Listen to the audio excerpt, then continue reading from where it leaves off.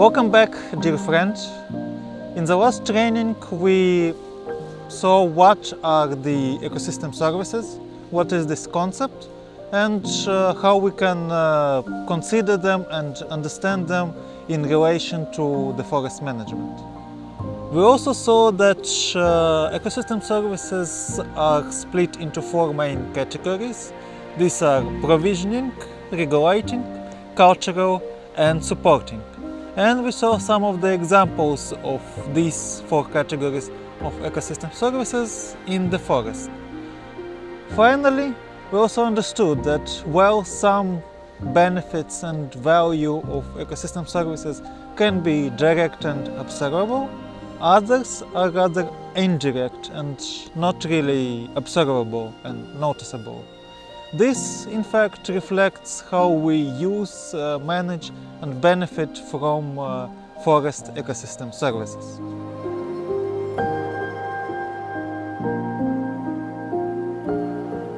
To start with, I can use the benefits of the forest around me directly. I can pick up mushrooms and berries and cook and eat them. I can go here and pick up flowers for my girlfriend. I can actually take my girlfriend to the forest to have a nice romantic walk among the woods. These, in fact, are the direct use values of the forest ecosystem services. Why? Because each one of us can easily count, for example, how many mushrooms I picked in the forest, how many times I took my girlfriend for a walk in the woods, and so on. Therefore, these economic and social and environmental benefits of the forest are easily quantifiable and can easily be considered in decision making and forest ecosystem management. And as you recall the categories of ecosystem services, they relate mostly to the provisioning and cultural services.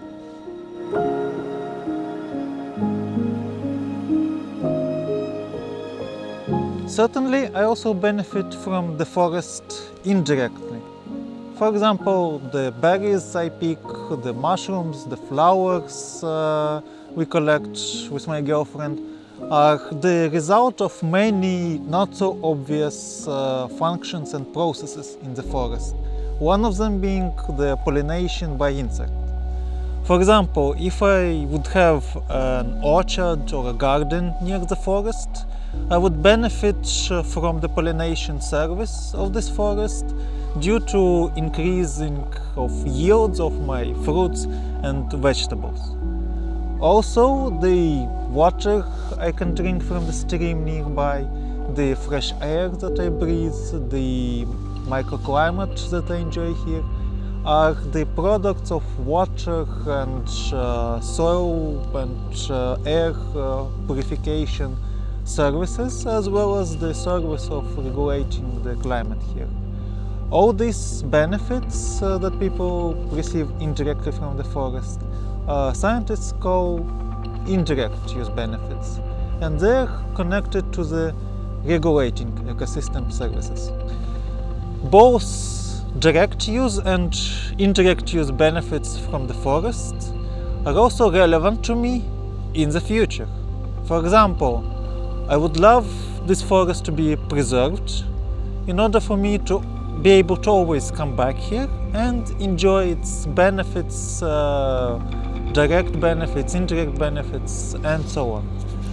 I also would like this forest to be useful for me for a long period of time and have the option to use it again and again. This is what scientists term option value of ecosystem services.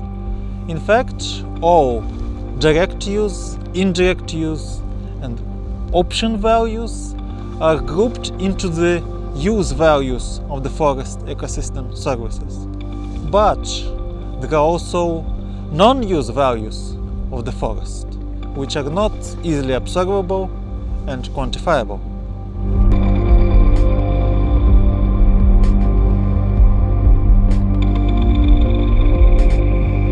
Non-use values are the values when people appreciate the mere existence of a forest and its biodiversity without actually using it, either directly or indirectly, either now or in the future.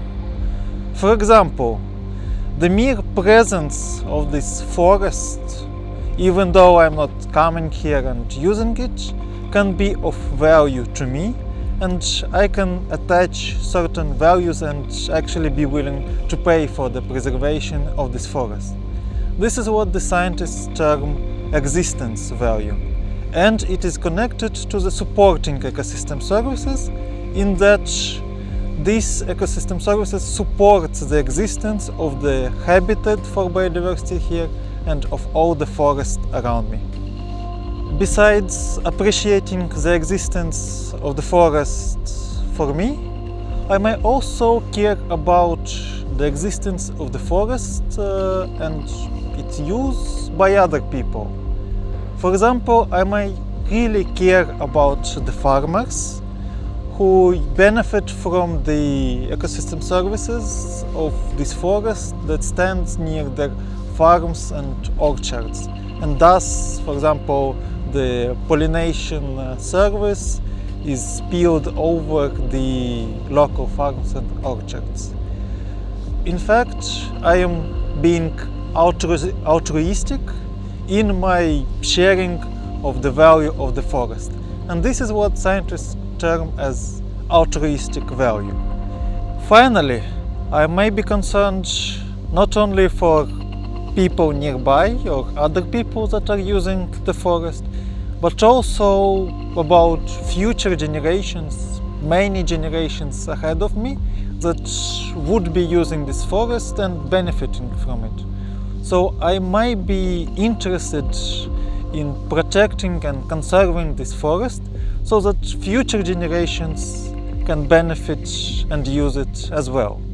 This is what scientists call bequest value, and it may relate to all ecosystem services extended into the future.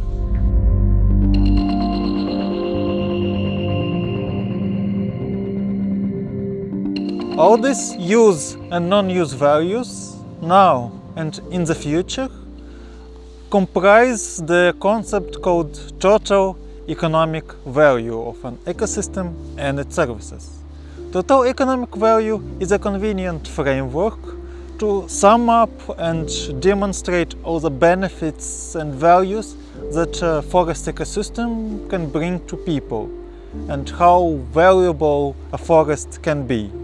This can be a valuable input and useful tool for decision making and land use planning and environmental policies for the decision makers to consider and use. But indeed, how can we use this total economic value to protect and manage our forests sustainably? Let's explore this question.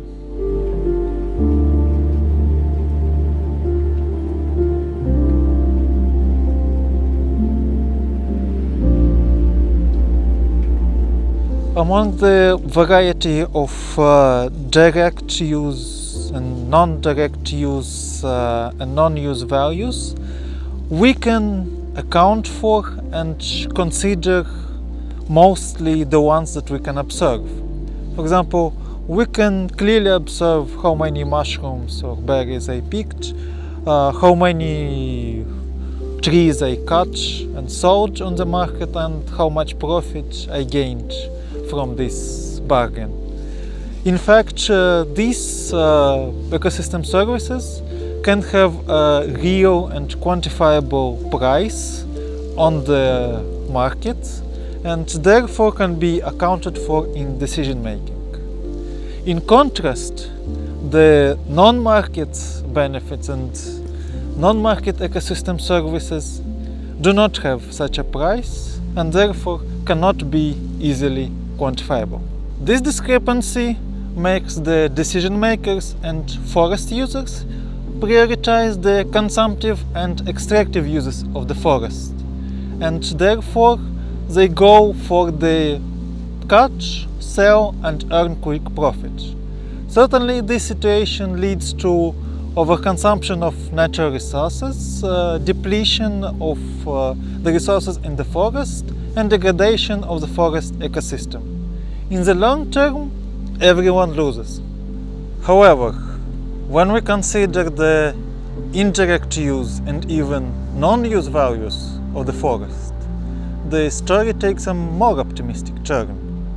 Now we can demonstrate the entire value of the forests in short-term perspective and in long-term perspective, inform our stakeholders about this total economic value, and therefore communicate the importance of conserving and managing the forest sustainably for the long use and long benefit from its ecosystem services. This is what the total economic value can really help us to do.